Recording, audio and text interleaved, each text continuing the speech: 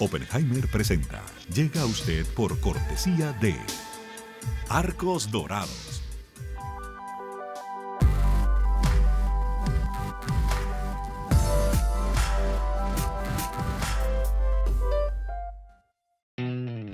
UAD es más que una universidad. Es vivir una experiencia única de aprendizaje. Es tu tiempo de vivir. UAD Experience.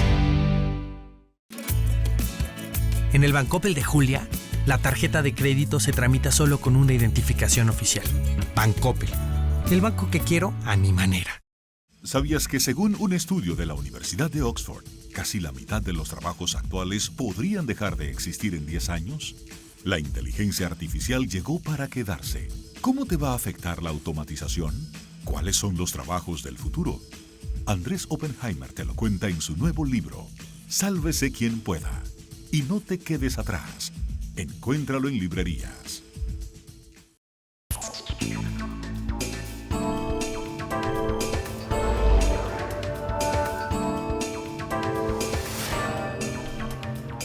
Hola, soy Andrés Oppenheimer. Ya quedan poquísimos días para las elecciones del 2 de octubre en Brasil, el país más grande de América Latina y el más importante económicamente para muchos de sus vecinos. Casi todas las encuestas dicen que el expresidente de izquierda, Luis Inácio Lula da Silva, tiene las mayores posibilidades de ganar en la primera vuelta contra el actual presidente de derecha o de ultraderecha, Jair Bolsonaro. Y las encuestas también muestran que si ningún candidato logra el 50% de los votos en la primera ronda, Lula también sería el favorito en una segunda vuelta electoral que se realizaría el 30 de octubre. Pero, bueno, las elecciones siempre son impredecibles y no se puede descartar una remontada de último momento de Bolsonaro. Y la otra gran pregunta es si Bolsonaro aceptaría una derrota electoral, porque Bolsonaro ha sido bastante ambiguo al respecto. Primero, dio a entender durante la campaña que si pierde las elecciones sería por fraude. Y sugirió que impugnaría el resultado. En un discurso en junio, dijo que si es necesario, iremos a la guerra, cierro comillas. Aunque después atemperó un poco esa postura, pero sin despejar del todo las dudas sobre si aceptaría una derrota electoral. Entonces, ¿hay posibilidad de un golpe en Brasil? Y si gana Lula, ¿sería un Lula más moderado o más de izquierda que cuando gobernó entre el 2003 y el 2010? Y como presidente del país más grande de Sudamérica, ¿trataría Lula de liderar un bloque de países de izquierda de la región o sería menos activista en política exterior que en su gestión anterior? Se lo vamos a preguntar a 4 expertos que siguen muy pero muy de cerca las elecciones brasileñas en Brasil, en Argentina y en Washington. Más tarde en el programa, en nuestro segmento habitual El Innovador de la Semana, vamos a destacar a Sebastián Hernández, el fundador de una plataforma de internet llamada Superfoods, que vende comida saludable y otros productos saludables de todo tipo de unas 200 empresas emergentes. Superfoods ya está en varios países latinoamericanos y reporta haber recaudado más de $6 millones. Vamos a preguntarle cómo lo hacen y cómo podemos nosotros los consumidores saber que las marcas nuevas que nos venden son de comida buena o si nos están vendiendo gato por liebre. Bueno, vamos al primer tema de hoy, las elecciones en Brasil. Tenemos con nosotros desde São Paulo al politólogo Sergio Fausto, director de la Fundación Fernando Henrique Cardoso. Vamos directamente con él. Sergio Fausto, gracias por estar con nosotros. Sergio, la mayoría de las encuestas dicen que Lula lleva la delantera y va a ganar. ¿Han acertado las encuestas en Brasil en el pasado? ¿Tú crees que lo más probable es que gane Lula? Han acertado en grandes rasgos, ¿no? Las principales tendencias. Muchas veces se han equivocado en relación al resultado final, la diferencia entre el primer y el segundo lugares, ¿no? Con una salvedad, en las elecciones 2018, sobre todo en elecciones para gobernadores, hubo cambios de tendencias muy abruptos en los últimos días, lo que es una señal de la eficacia de las medias sociales, ¿no? Y esto resultó que muchas encuestas no pudieron captar la velocidad y la escala de los cambios en las tendencias, pero en general son encuestas fiables.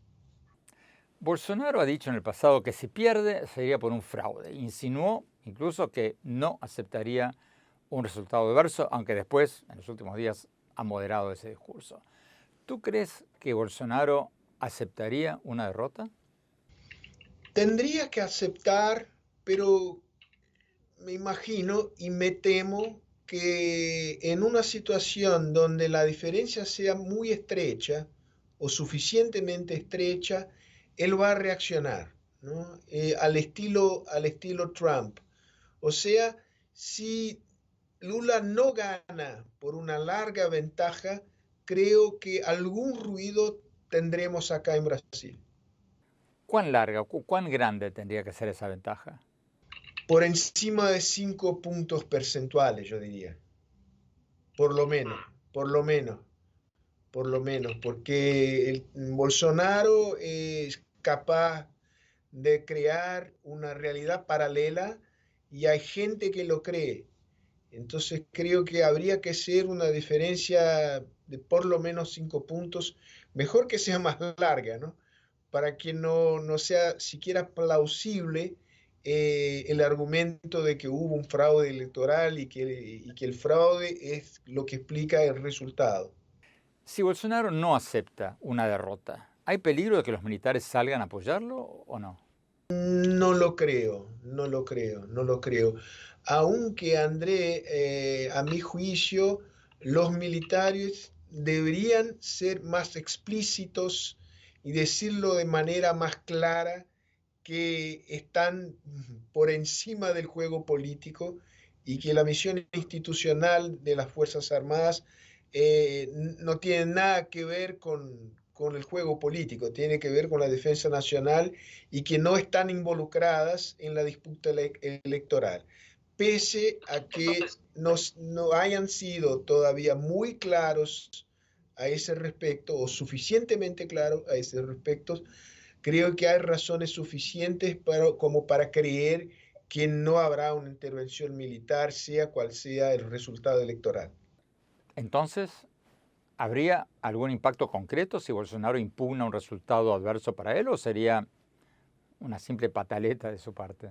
No, vamos a imaginar un escenario de pesadilla, Andrés, al estilo México 2006. Cuando Felipe Calderón ganó a AMLO por una diferencia por debajo de un punto porcentual, ¿no? Y esto generó, AMLO armó una protesta civil pacífica que duró como 6 meses, ¿no? Y que terminó en el Zócalo con una investidura extraoficial de AMLO, ¿no? Días antes de la investidura real de Felipe Calderón. AMLO no tenía apoyo de milicias armadas, no tenía apoyo de una facción de los militares mexicanos, no tenía fuerza, la fuerza bruta, ¿no? Y acá en Brasil, en un escenario con una diferencia tan estrecha, yo me temo que Bolsonaro podría armar un tremendo lío y que esto pudiera fracturar fuerzas de seguridad acá en Brasil. Pero me parece que es un escenario improbable, ¿no? Pero hay que tenerlo en consideración, ¿no? ¿Improbable por qué? Porque me parece que Lula, el rechazo a Bolsonaro es muy fuerte. Él ganó cierto terreno, recuperó cierto terreno en las encuestas en los últimos 2 meses. Pero es muy llamativo el hecho de que el nivel de rechazo a Bolsonaro no ha bajado. Nunca ha bajado por debajo del 50%, ¿no? Gira alrededor de 51, 52%. Y esto torna virtualmente imposible que él se eligiera en un balotaje, ¿no? Y la diferencia en favor de Lula, si uno toma todas las encuestas y las agrega, se mantiene alrededor de 10 puntos percentuales. Así que yo diría, en términos de seguridad democrática, tenemos ahí un margen razonablemente tranquilizador. Tenemos que ir a un corte. Cuando volvamos, vamos a preguntarle a Sergio Fausto si un potencial gobierno de Lula sería más de izquierda o más de centro que en su presidencia anterior. No se vayan, ya volvemos.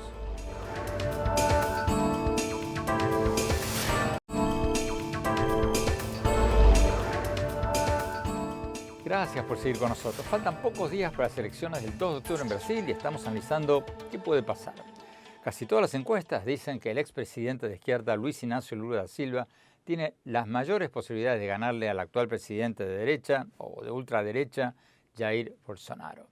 Las encuestas también muestran que si ningún candidato logra el 50% de los votos en la primera ronda, Lula también sería el favorito en una segunda vuelta electoral que se haría el 30 de octubre. Pero, bueno, las elecciones son siempre impredecibles. Seguimos hablando con Sergio Fausto, el politólogo brasilero que dirige la Fundación Fernando Henrique Cardoso. Sigamos con la entrevista. Sergio, supongamos que las encuestas no se equivoquen y que gane Lula. ¿Sería un Lula más volcado hacia la izquierda o hacia la derecha, comparado con lo que fue en su anterior presidencia? Yo diría que en rasgos generales será un Lula más bien centrista, ¿no? Lo que hasta ahora no ha quedado claro es en términos más en detalle de las grandes directivas del gobierno, sobre todo en el manejo de la política macroeconómica. Lula no ha sido muy claro al respecto, ¿no? Él adoptó la estrategia que mejor no decir nada, muy tajante, por lo menos por ahora, porque tiene cierta holgura en las encuestas y estratégicamente no le conviene tomar una posición A o B más tajante en relación a los temas, sobre todo los temas fiscales, ¿no? Si él no gana en primera vuelta y por lo tanto tiene que disputar una segunda vuelta, creo que ahí se verá un poco más como forzado a ser más claro en cuanto a su agenda económica. En política exterior, ¿cómo te imaginas un nuevo gobierno de Lula? Muy parecido con lo que fue el primer gobierno. El hombre fuerte será el ex canciller Celso Amorín, sea de nuevo como canciller o como asesor especial de Lula, y Lula nombraría un canciller muy cercano a Amorín. Si hay una área de política donde es más predecible lo que va a hacer Lula, yo diría medio ambiente, bastante predecible, política externa también muy predecible, con un mandamás muy claro, ¿no? Celso Amorín sigue siendo el hombre fuerte de Lula en la política exterior. ¿Pero sería un gobierno activista, protagónico en política exterior? ¿Habría un intento, por ejemplo, de reflotar el UNASUR o algún otro bloque de gobiernos de izquierda de la región? Probablemente, reflotar UNASUR, y creo que el diagnóstico que nos convendría a Brasil reflotar a UNASUR, tener una organización de ámbito suramericano sin tintes ideológicos, ¿no? Ahora, sin la fuerza que tuvo el chavismo en aquel entonces, creo que hay un cierto consenso al interior de Brasil que nos convendría tener una UNASUR revivida. ¿Y si llegara a ganar Bolsonaro? ¿Cómo te imaginas un segundo gobierno de Bolsonaro? Bueno, muy complicado, ¿no? Porque, por un lado, creo que habría un cierto esfuerzo o un intento por lo menos de ajustarse el gobierno a un ambiente internacional donde se queda es muy claro que Brasil se está metiendo en un callejón sin salida con algunas políticas que ha adoptado, por ejemplo, en relación al medio ambiente, ¿no? Pero por otro lado, el problema de Bolsonaro es que su base política es una base política que en realidad de manera muy casi literal se alimenta de la destrucción del medio ambiente, ¿no? En términos políticos y yo diría económicos también, ¿no? Entonces, aunque él tomara la decisión de ajustar su política de medio ambiente, tendría dificultades muy grandes para implementarla, porque esto iría en contra de su grupo político y de su base de apoyo y quizás de sus propias convicciones íntimas, ¿no? Muchísimas gracias por esta entrevista, Sergio Fausto. Vamos a un corte. Cuando volvamos, vamos a preguntarle a un conocido ex diplomático argentino cuál podría ser el impacto regional de una posible victoria de Lula en las elecciones de Brasil. No se vayan, ya volvemos.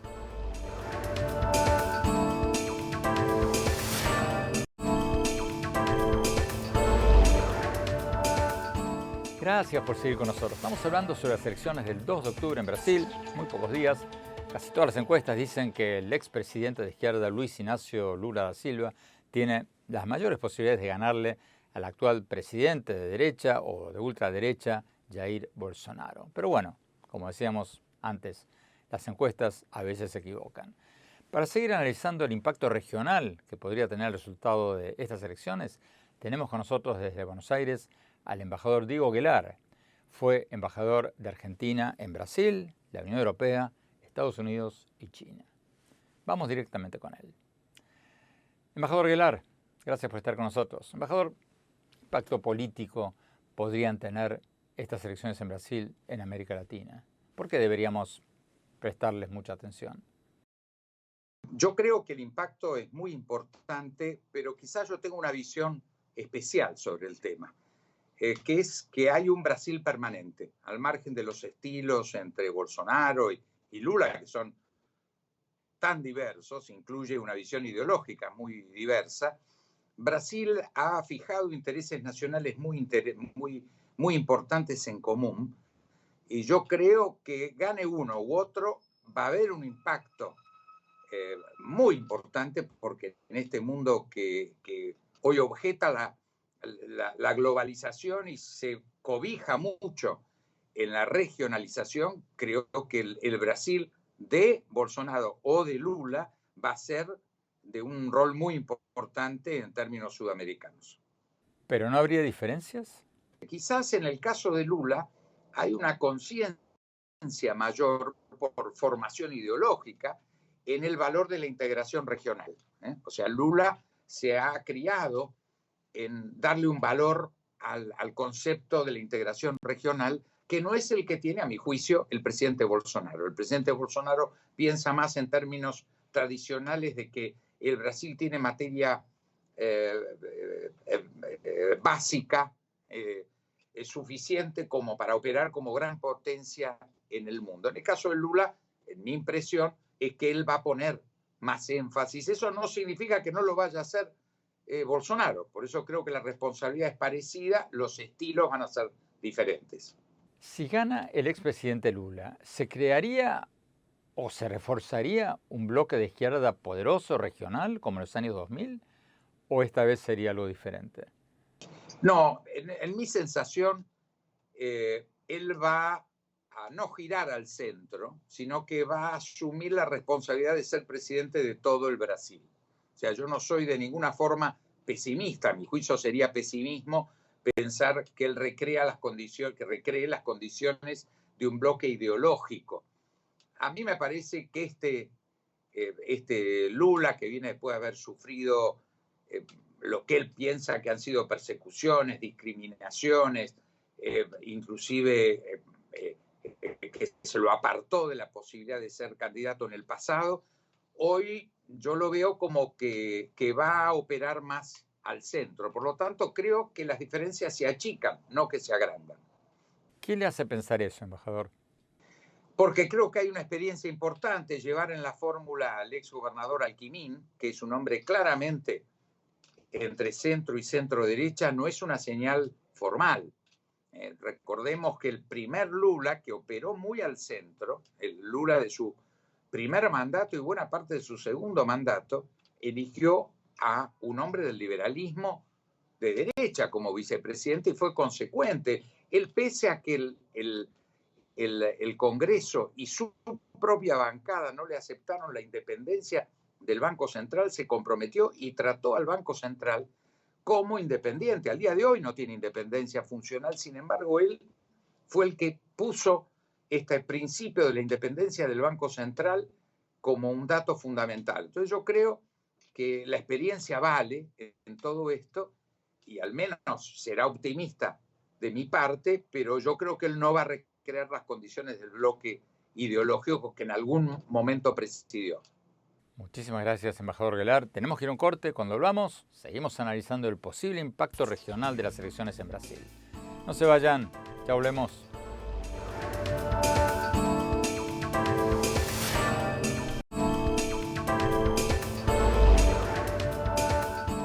Gracias por seguir con nosotros. Estamos analizando las elecciones del 2 de octubre en Brasil en muy pocos días. Como decíamos antes en el programa, casi todas las encuestas dicen que el expresidente de izquierda, Luis Ignacio Lula da Silva, tiene las mayores posibilidades de ganarle al actual presidente de derecha o de ultraderecha, Jair Bolsonaro. Pero, bueno, las encuestas a veces se equivocan. Para seguir analizando el impacto nacional y regional que podría tener el resultado de estas elecciones, tenemos con nosotros desde Washington a Tiago de Aragón, director de riesgo de la empresa consultora Arco Advice. Vayamos directamente a él. Tiago, gracias por estar con nosotros. Tiago, Lula va adelante en las encuestas, pero falta un debate el 29 de septiembre. ¿Cuál de los dos candidatos podría cometer más errores en este debate que falta? Bueno, primero que Lula tiene más experiencia de debates. Bolsonaro durante la campaña que ganó en 2018, él no fue en ningún debate. Entonces, él no tiene una experiencia en esto. Ahora, en el último debate, Bolsonaro salió mejor que Lula. Lula estaba mucho nervioso y Bolsonaro estaba hablando con un poco más de tranquilidad. Generalmente, las análisis son más en favor de Lula do que Bolsonaro, porque Bolsonaro, cuando se ve en una situación que él está siendo atacado, él responde de una forma que es más, que lleva a un poco más de error. Él se muestra un poco más descontrolado frente a algunos ataques. Y esto ocurrió en el último debate. Pero él mismo así se salió un poco mejor de que Lula en el último. Si pierde Bolsonaro, ¿tú crees que va a aceptar su derrota o va a sacar su gente a la calle y decir que hubo fraude? Bueno, creo que él puede decir algo de fraude. Esto es posible. Ahora, esto no va a cambiar mucha cosa. No hay ningún riesgo en Brasil en el momento de un golpe militar o de algo así. Si él no acepta el resultado, simplemente el vicepresidente va a ser el tipo que va a transferir la faixa presidencial a Lula. Algunas personas van naturalmente a la calle a protestar, mismo si él acepta o no. Y todas las teorías de conspiración van a surgir. Ahora, yo no veo esto con un gran momentum. No va el número expresivo de defensores de Bolsonaro pueden aparecer en el inicio, pero no de una forma sustentable por varias semanas. En algún momento similar a lo que hubo en los Estados Unidos, va a tener una queda y una tranquilidad. Si gana Lula, como sugieren las encuestas, ¿cómo te imaginas un nuevo gobierno de Lula? ¿Sería un gobierno más tirado a la izquierda o más de centro que en su presidencia anterior? Lula personalmente es un poco más de centro y basta leer las cosas que él habló en los últimos años. Ahora, el Partido de los Trabajadores tiene figuras mucho más a la izquierda. Lula él va a tener que ser más de centro y imponerse en relación al partido, porque Lula logra tener los votos de la población, pero el Partido de los Trabajadores no. Mucha gente está votando en Lula porque rechaza a Bolsonaro y no necesariamente porque apoya o gusta de Lula. Entonces, Lula va a llegar en una administración, caso gane las elecciones, donde el Congreso va a ser formado mayoritariamente por figuras del centro y no por figuras de la izquierda o del Partido de los Trabajadores. Entonces, por esto, Lula va a tener que llegar a un acuerdo mucho más amplio con diputados del centro y así hacer una administración de centro. Y importante siempre lembrar que en Brasil el Congreso brasileño tiene una fuerza muy grande y es más fuerte do que el Ejecutivo brasileño. Tiago Dragón, muchísimas gracias por tu tiempo. Vamos a Nueva York, tenemos con nosotros a Luisa Duarte, investigadora del Instituto Brasil del Wilson Center. Vamos a ella. Luisa, gracias por estar con nosotros.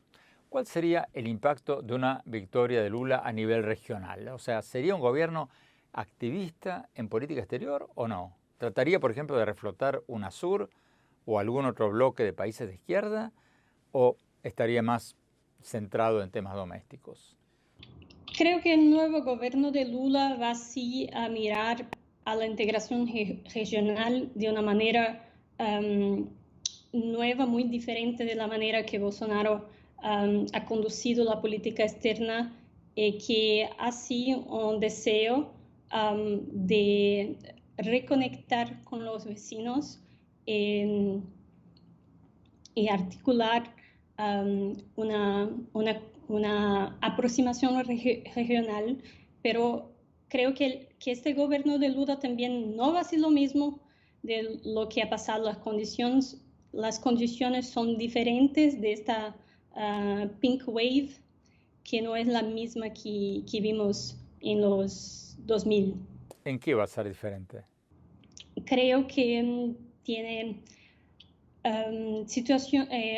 un contexto más polarizado, con más desafíos domésticos para Brasil y también desafíos institucionales de reconstrucción y también un poco, ¿cómo decir en español? Que estos líderes de izquierda tienen mucho más diferencias entre ellos ahora que la conexión que había entre los líderes de izquierda en los 2000. Tiene visiones diferentes de proyectos para sus países, tiene proyectos de desarrollo distintos en diversos aspectos. Muchísimas gracias, Luisa Duarte. Tenemos que ir a un corte. Cuando volvamos, nuestro segmento habitual, El Innovador de la Semana. Si les interesa la comida sana y los productos saludables, no se lo pierdan. No se vayan, ya volvemos.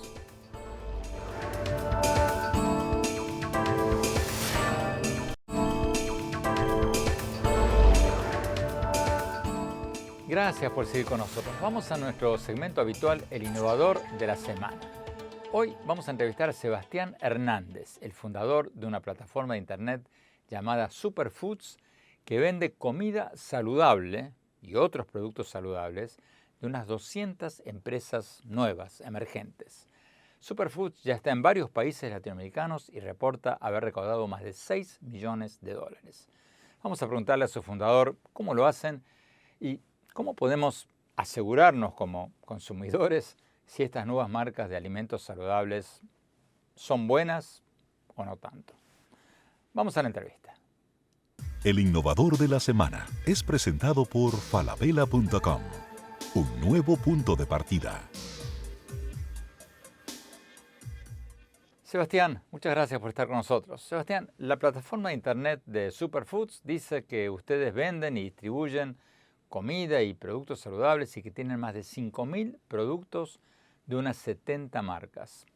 ¿Qué tienen de diferente ustedes de los supermercados o otras plataformas que venden productos saludables? Bueno, a diferencia de otras plataformas, Andrés, nosotros somos una compañía que está enfocada en la distribución de marcas emergentes. Eso quiere decir que apoyamos a los emprendedores a poder llegar al comercio latinoamericano. Es decir, que no somos un supermercado, más somos el puente que lleva los productos a supermercado, farmacia, droguerías, tiendas especializadas, tiendas naturistas, por mencionarte algunos de los comercios. ¿Pero qué significan marcas emergentes? La página de internet de ustedes dice que tienen más de 5.000 productos de unas 70 marcas emergentes, pequeñas. Pero, ¿qué tienen de especial estos productos? Es correcto, y veo que está un poquito desactualizada la información dentro de la página porque ya somos más de 200 marcas emergentes con las que trabajamos. Las características principales de las marcas emergentes es que son productos que vienen de una nueva generación de alimentos, de productos del hogar, de productos de cuidado personal, de productos de belleza, por mencionarte algunas de las categorías.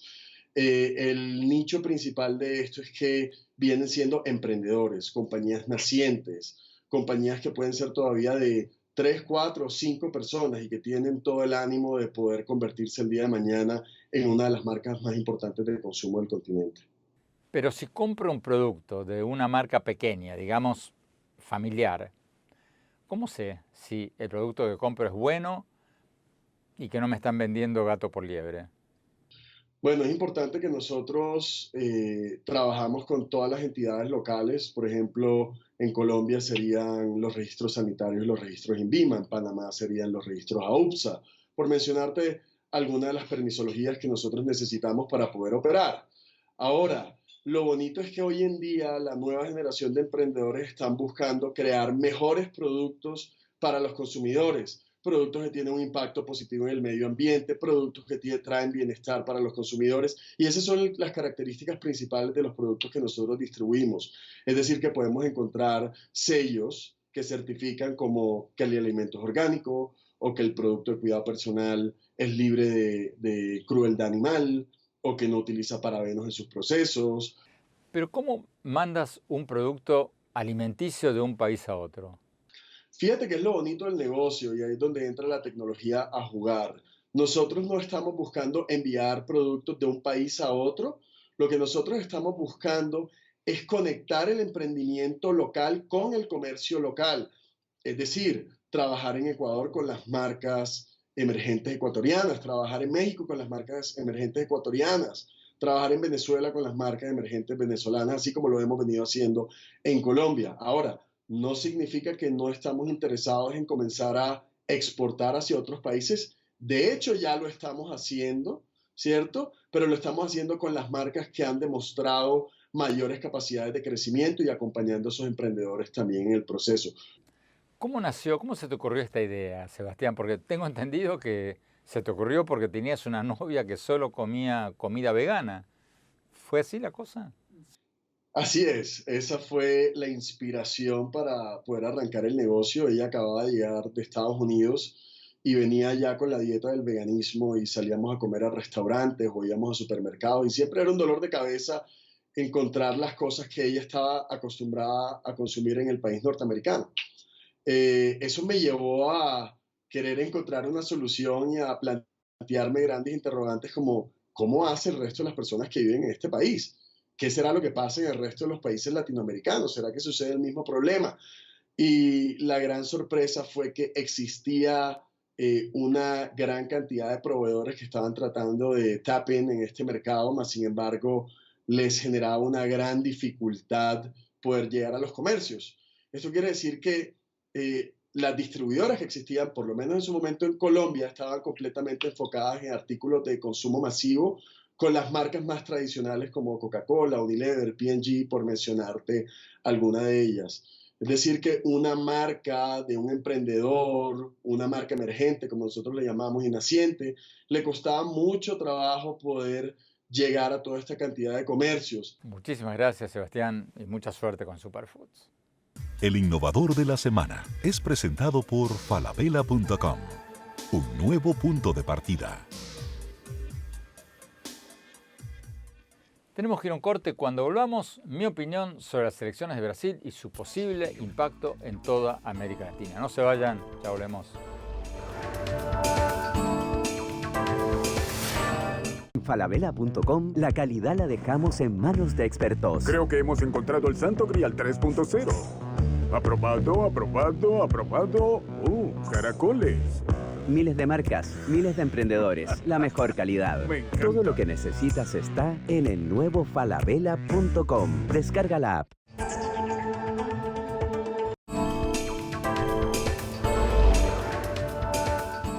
Gracias por seguir con nosotros. Dentro de muy pocos días, el 2 de octubre, van a tener lugar las elecciones presidenciales de Brasil. Las encuestas sugieren que el expresidente de izquierda, Luis Inácio Lula da Silva, le va a ganar en primera o segunda vuelta al actual presidente de derecha o de ultraderecha, Jair Bolsonaro. Pero, bueno, faltan pocos días, puede pasar cualquier cosa. Las elecciones son siempre impredecibles y Bolsonaro ha indicado en el pasado que si pierde sería por un fraude y que él no aceptaría el resultado, aunque más recientemente atemperó un poco esa postura. Yo creo que lo peor que podría pasar sería que quien pierda esta elección desconozca el resultado, porque eso marcaría una peligrosísima continuación de la erosión de la democracia en la región. Y eso pasaría nada menos que en el país más grande de Sudamérica. ¿Por qué una erosión de la democracia? Bueno, porque hay cada vez más presidentes que tratan de cambiar las reglas de juego democráticas de muchas formas. En Estados Unidos, Trump desconoce hasta el día de hoy un resultado electoral que ha sido declarado válido por la Corte Suprema, por el Congreso, hasta por su propio ex vicepresidente. Y para citar otro caso, hace pocos días el actual presidente de El Salvador, Nayib Bukele, anunció que él va a buscar la reelección en el 2024, aunque la Constitución de El Salvador prohíbe las reelecciones inmediatas. Bukele hizo que la Corte Suprema salvadoreña, con la mayoría de los jueces nombrados por su partido, hiciera una pirueta jurídica y le diera luz verde a la reelección. Algo muy parecido a lo que hicieron antes Evo Morales en Bolivia, Nicolás Maduro en Venezuela y Daniel Ortega en Nicaragua. ¿Y qué pasó? No mucho, casi nada. El resto de la región, en mayor o menor medida, se encogió de hombros y no dijo nada. Si no hay ni siquiera un castigo moral, una condena diplomática para quienes no respetan las reglas democráticas, me temo que vamos a ver cada vez más democracias autoritarias o dictaduras electas, o como querramos llamarlas. Ojalá que eso no pase en Brasil, que se respete el resultado, porque lo contrario sería un nuevo y terrible precedente para toda la región. Bueno, se nos acabó el tiempo. Los invito, como siempre, a visitar mi blog en el sitio de internet andresopenheimer.com. Ahí van a poder encontrar mis artículos y programas más recientes y pueden registrarse ahí para recibirlos en el futuro. Y síganme en mi Twitter, @OppenheimerA, en mi página de Facebook, Andrés Oppenheimer, y en mi cuenta de Instagram, Andrés Oppenheimer Oficial. Gracias por estar con nosotros. Hasta la semana próxima.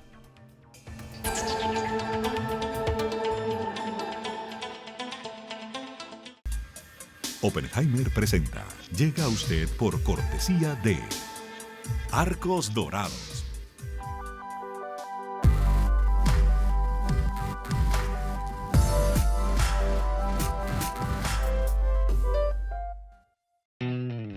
UAD es más que una universidad. Es vivir una experiencia única de aprendizaje. Es tu tiempo de vivir. UAD Experience.